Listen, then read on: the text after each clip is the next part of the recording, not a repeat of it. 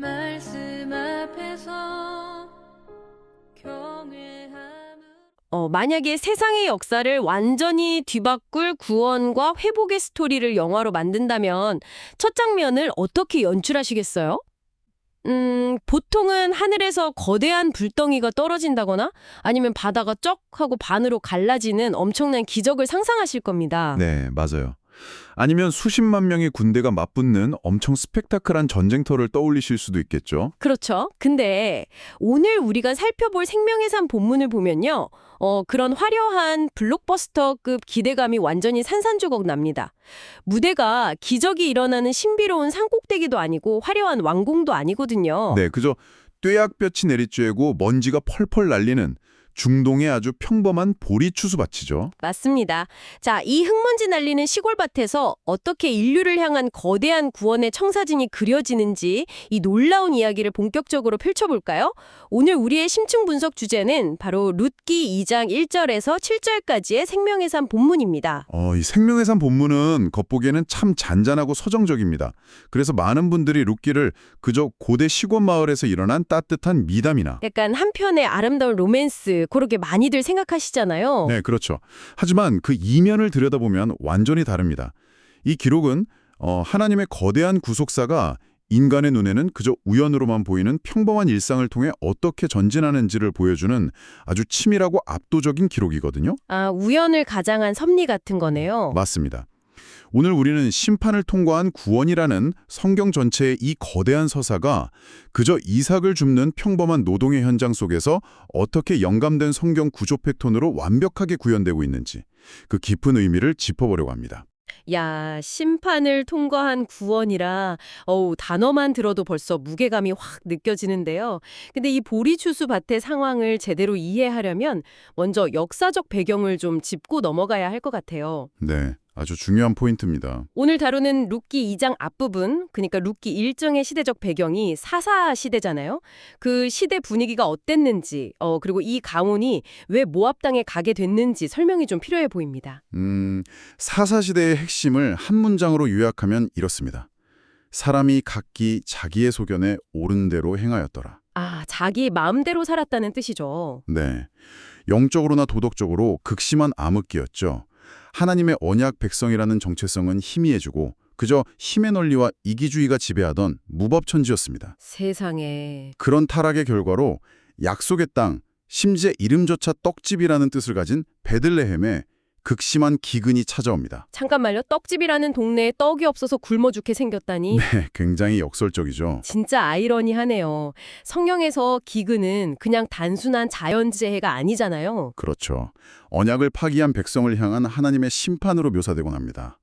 여기서 일종의 교차되고 같은 완벽한 문학적 구조가 시작되는 건데요.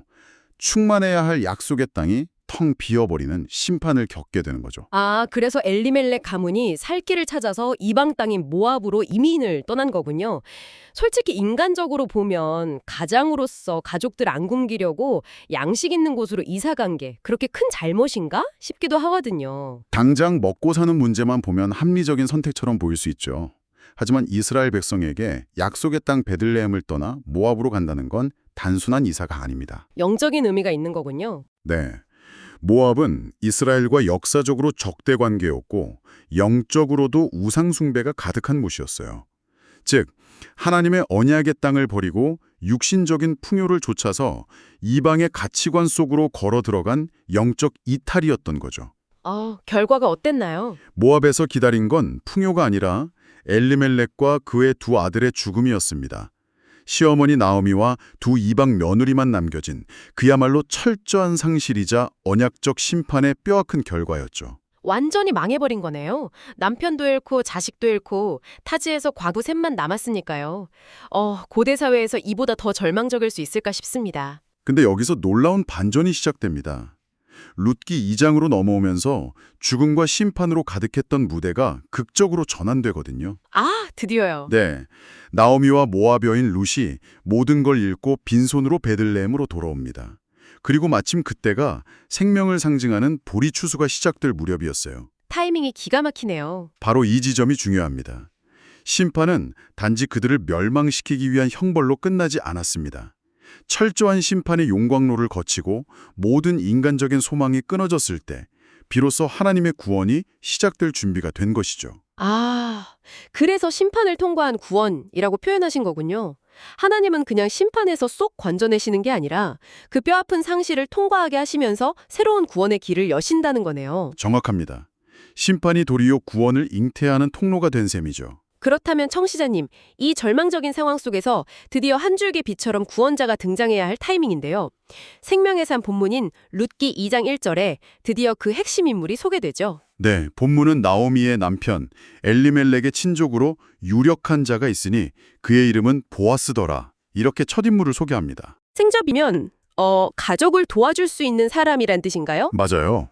훗날 이 가문의 무너진 기업을 되찾아주고 가문을 이어줄 기업물을, 즉 고엘의 역할을 할 수 있는 잠재적 인물임을 암시하죠. 근데 우리가 더 깊이 파헤쳐야 할 부분은 보아스를 수식하는 유력한 자라는 표현입니다.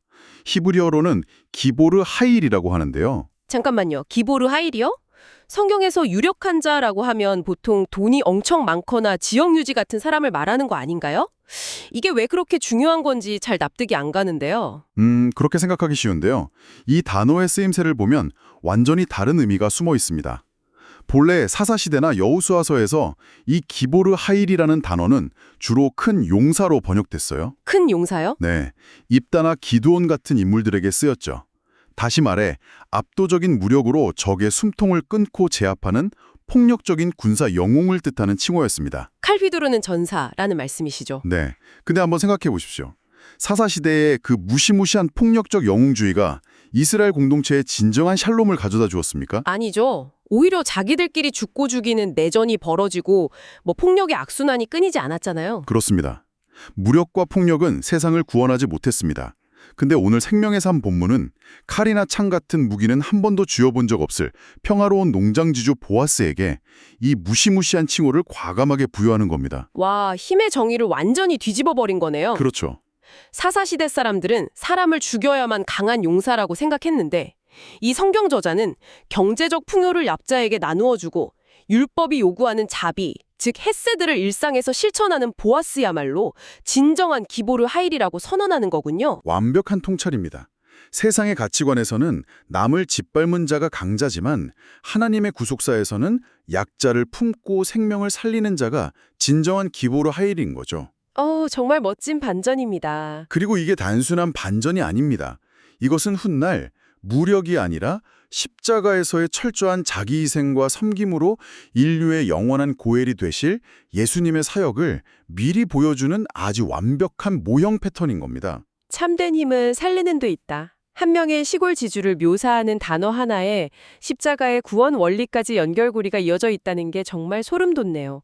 자, 그럼 이제 보아스의 은혜를 잊게 될 또 다른 주인공, 룻을 살펴봐야겠죠. 네.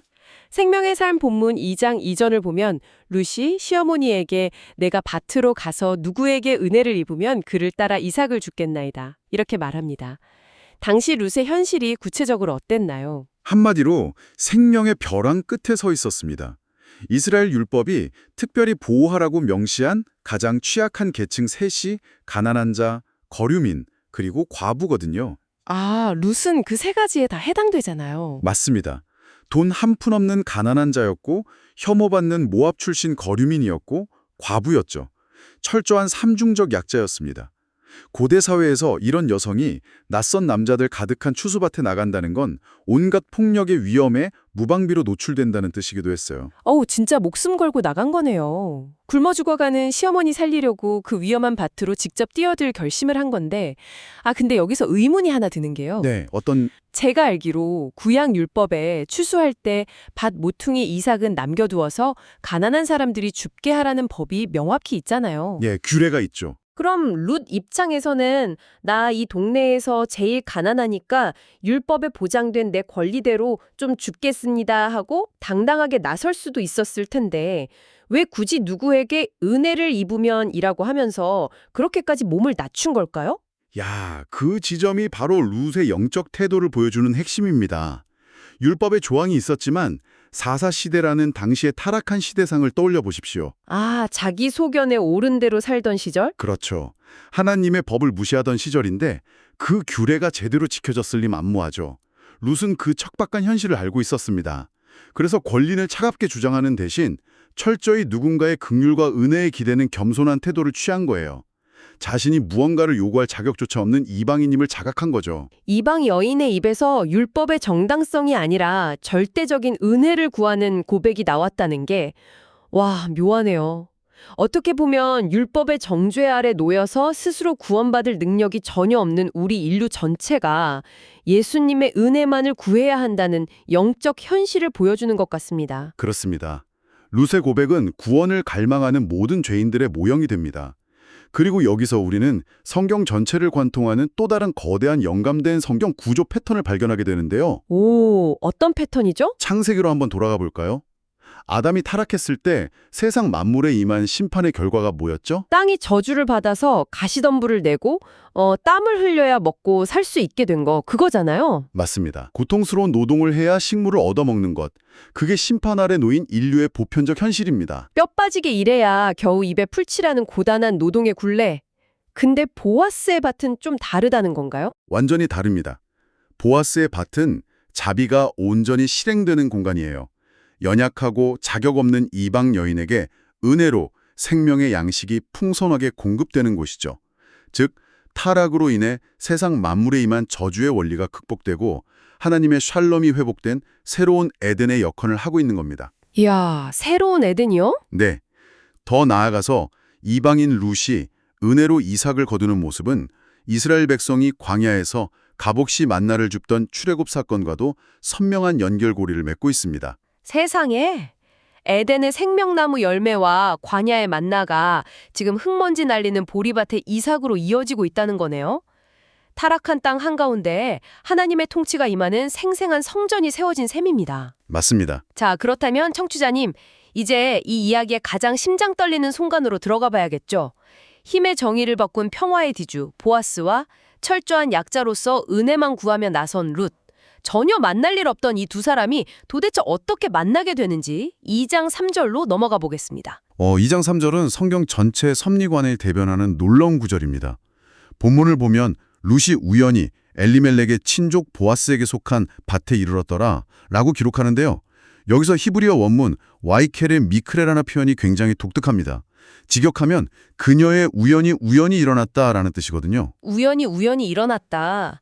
인간의 눈으로 보기엔 그냥 무작위로 아무 밭이나 쑥 들어간 것처럼 보였겠죠. 그렇죠. 하지만 저자는 의도적으로 극단적인 우연성을 반복해서 강조하는 문학적 아이러니를 사용하고 있습니다. 아, 역설이군요. 네. 룻의 입장에서는 철저한 우연이었지만 거시적인 구속사의 관점에서 보면 어떨까요? 하나님은 장차 다윗 왕조를 열고 메시아를 탄생시키기 위해 이 가난한 과부의 발걸음을 그 수많은 밭들 중에서 정확하게 단 1m의 오차도 없이 보아스의 밭으로 인도하신 겁니다. 와, 기적이 없어도 하나님은 이 평범한 일상의 발걸음을 통해 인류 구원의 수레바퀴를 완벽하게 돌리고 계셨던 거죠. 그 말씀 들으니까 요즘 우리가 쓰는 스마트폰 GPS 앱이 딱 떠오르네요. 아, GPS요? 네, 청취자님 생각해보세요. 우리는 그냥 눈앞에 보이는 길 따라 우연히 걷고 있다고 생각하잖아요. 근데 사실 우리 삶의 백그라운드에서는 하나님의 위대한 섭리라는 내비게이션이 실시간으로 작동하고 있는 거잖아요. 우리가 전혀 눈치채지 못하는 그 순간에도 가장 정확한 목적지로 안내하고 있다는 뜻이니까요.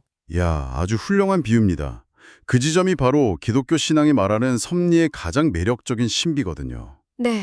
룻은 그냥 방에 가만히 앉아있지 않았습니다. 시어머니를 살리겠다는 의지로 생존을 위해 발걸음을 띄었어요. 근데 인간의 그 치열한 자유의지와 결단조차도 결국엔 하나님의 거대한 통치 안에서 완벽한 하모니를 이룹니다.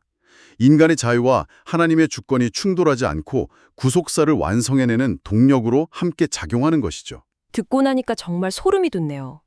자, 그렇게 보이지 않는 GPS 인도로 드디어 보아스의 밭에 도착했습니다. 2장 4절에서 7절에 보면 사람들의 만남과 대화가 이루어지는데요. 현장 분위기가 어땠나요? 마침 보아스가 와서 일꾼들에게 인사를 건넵니다. 여호와께서 너희와 함께 하시기를 원하노라. 이게 예사롭지 않은 인사예요. 고대 근동의 노동 현장은 노예나 품꾼을 짐승처럼 부리는 착취적인 구조가 대부분이었거든요. 근데 지주인 보아스는 일꾼들에게 여호와의 임마누엘, 즉 하나님의 샬롬을 선포하는 겁니다. 그러자 일꾼들도 여호와께서 당신에게 복 주시기를 원하나이다 라고 화답하죠. 사사시대라는 끔찍한 배경을 생각하면 진짜 여긴 딴 세상 같네요. 예배당에서나 들을 법한 거룩한 축복이 땀남새 나는 치열한 노동 현장에서 오가고 있는 거잖아요. 그렇죠. 일상이 곧 예배가 되는 영적 회복이 일어나고 있는 겁니다. 그리고 보아스의 시선이 낯선 여인 룻에게 향하죠. 사환에게 묻습니다. 이는 누구의 소녀냐? 여기서 사환의 대답이 긴장감을 극도로 끌어올립니다. 뭐라고 대답하는데요? 나오미와 함께 모압 지방에서 돌아온 모압 소녀인데 라고 대답합니다. 굳이 모압이라는 단어를 2번이나 반복해서 보고하죠. 모압을 2번이나요? 그게 큰 결격 사유인가요? 어차피 이삭 주우러 온 불쌍한 사람인데요. 영적으로나 율법적으로 엄청난 문제가 됩니다. 신명기 율법에 보면 이런 명령이 있어요. 암몬 사람과 모압 사람은 여호와의 총회에 영원히 들어오지 못하리니. 아, 영원이요? 네, 이스라엘이 출애굽할 때 모압이 대적했기 때문이죠. 즉, 사환이 모압 소녀라고 강조한 건 룻이 이스라엘 공동체로부터 철저하게 배제되어야 마땅한 영원한 심판의 대상이라는 꼬리표를 명확히 보여주는 겁니다. 세상에, 율법적으로 따지면 룻은 그 은혜의 밭에 발을 들일 자격조차 없는, 당장 쫓겨나도 할 말 없는 철저한 이방인이었군요. 하지만 이야기의 흐름은 율법의 정죄를 넘어섭니다. 사환은 출신 성분을 짚은 직후에 그녀가 얼마나 뼈를 깎는 성실함으로 일하고 있는지를 증언하거든요. 영원히 배제되어야 할 이방 여인이 그 어떤 이스라엘 백성보다 더 깊은 인간적인 헤세드를 삶으로 증명해내고 있었던 겁니다. 그 진실한 헤세드가 율법의 차가운 장벽을 뚫고 들어가죠. 아, 절망 속에서 피어난 인간의 헤세드가 참된 고엘인 보아스의 은혜를 딱 만나는 순간이군요. 맞습니다. 자격 없는 모압 여인이 은혜의 밭으로 입성해 생명을 얻는 이 장면은요, 그냥 고생 끝에 낙이 온다는 성공 스토리가 아닙니다. 율법의 심판 아래 갇힌 우리 열방의 죄인들이 예수님의 은혜를 통해 하나님의 거룩한 백성으로 접붙임 바 되는 장엄할 십자가 구원론의 모형 패턴을 완벽하게 보여주는 것입니다. 작은 시골 마을의 먼지 나는 보리밭 일상이 사실 온 인류를 구원할 하나님의 십자가 청사진이었다니 정말 가슴이 벅차오릅니다. 그렇다면 청취자님, 오늘 우리가 파헤친 이 이야기가 지금 청취자님의 삶과 어떤 연결고리가 있을까요? 오늘 생명의 산 본문이 주는 강력한 메시지는 이겁니다. 우리 삶에도 이해할 수 없는 기근과 고통이라는 심판적 현실이 닥칠 때가 있죠. 하지만 그 짙은 어둠 이면에는 심판을 통과한 구원이라는 하나님의 치밀한 기획이 숨쉬고 있습니다. 우리의 신실한 발걸음과 각은 자비가 교차하는 평범한 일상의 자리에 하나님의 완벽한 섭리가 개입해서 결국 생명을 잉태해내실 겁니다. 네, 맞습니다. 오늘 심취분수석을 마무리하면서 청취자님께 꼭 이 도발적인 질문을 던지고 싶네요. 오늘 청취자님이 무거운 발걸음으로 걷고 있는 출근길이나 직장 업무 혹은 우연히 만난 사람과 주고받은 짧은 대화들, 어쩌면 그 지루해 보이는 일상 속 밭이 하나님께서 당신에게 놀라운 은혜를 주려고 설계해 두신 영감된 성경 구조 패턴의 한복판이라면 어떨까요? 네, 정말 생각만 해도 가슴이 뜁니다. 그저 우연히 발길이 닿은 줄 알았는데 사실 그곳이 청취자님을 회복시킬 위대한 보아스의 밭일 수도 있지 않을까요? 오늘 하루 평범한 삶 속에 감춰진 하나님의 놀라운 섭리의 밭을 꼭 한번 발견해 보시기 바랍니다. 보이지 않는 하나님의 GPS는 지금 이 순간에도 청취자님을 가장 정확한 은혜의 자리로 인도하고 있습니다. 함께해 주셔서 감사합니다.